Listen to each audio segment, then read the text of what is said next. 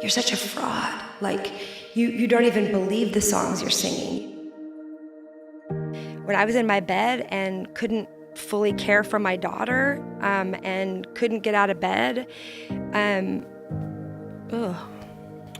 it's amazing when you talk about it, how it can kind of take you back there for a minute.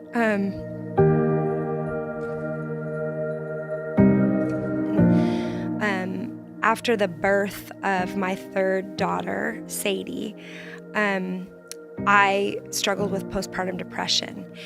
That postpartum depression kind of turned into just an overall depression, and I struggled with it for about 18 months.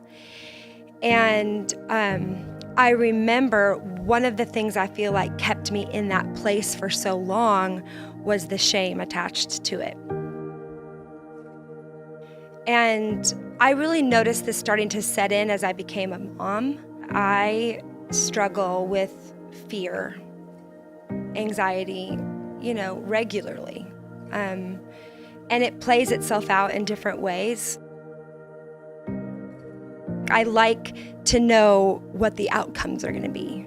And when I don't know what an outcome is going to be, I find that it causes me anxiety.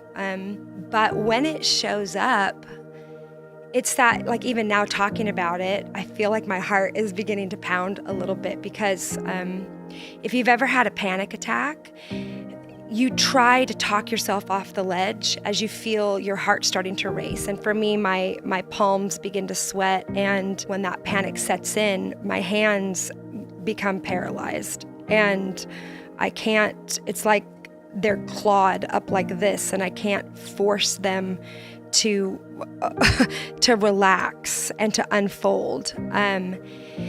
And I try to tell myself all the things, but once that thing kicks in, you kind of feel like you don't know how you're going to make it through to the other side. And I remember making a decision that in the moment felt like the craziest decision ever, and that was to be honest and to just start talking about it. Because at that point I felt like, what do I have to lose? I find so much healing when I give it voice. And when you keep it private, I kind of feel like the enemy of our souls loves when we keep things inside and keep things silent, because that's when his whisper is loud. And when you're not listening to anybody else's voice or anybody else's input, the lies of the enemy just seem to get louder and louder and louder. And the moment that I opened the door to the conversation, that is what began to show me that I'm not alone, that so many people are not only struggling, but struggling in silence because they feel like, what a fraud, what a fake, lack of faith, you're, not a good Christian, all of these things that we put on ourselves that are actually not found in the Word of God. And the reason we need Jesus is because we're broken. It's our broken condition that makes us aware of our need for Him. The other stuff is actually religion. And walking through depression for me was a moment that I feel like I was healed from. I got to the other side of. And so when I look at that anxiety and worry and panic, I sometimes say, Lord, but why aren't I on the other side of it? Like, you brought me through depression, and I felt like, oh man, I feel like I have a different authority to even speak about it because I feel like I'm on the other side of it.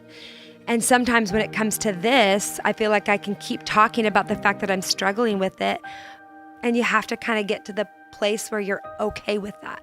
You're okay with, okay, sometimes I'm going to panic. It doesn't mean that I don't love Jesus, and it for sure doesn't mean that He doesn't love me.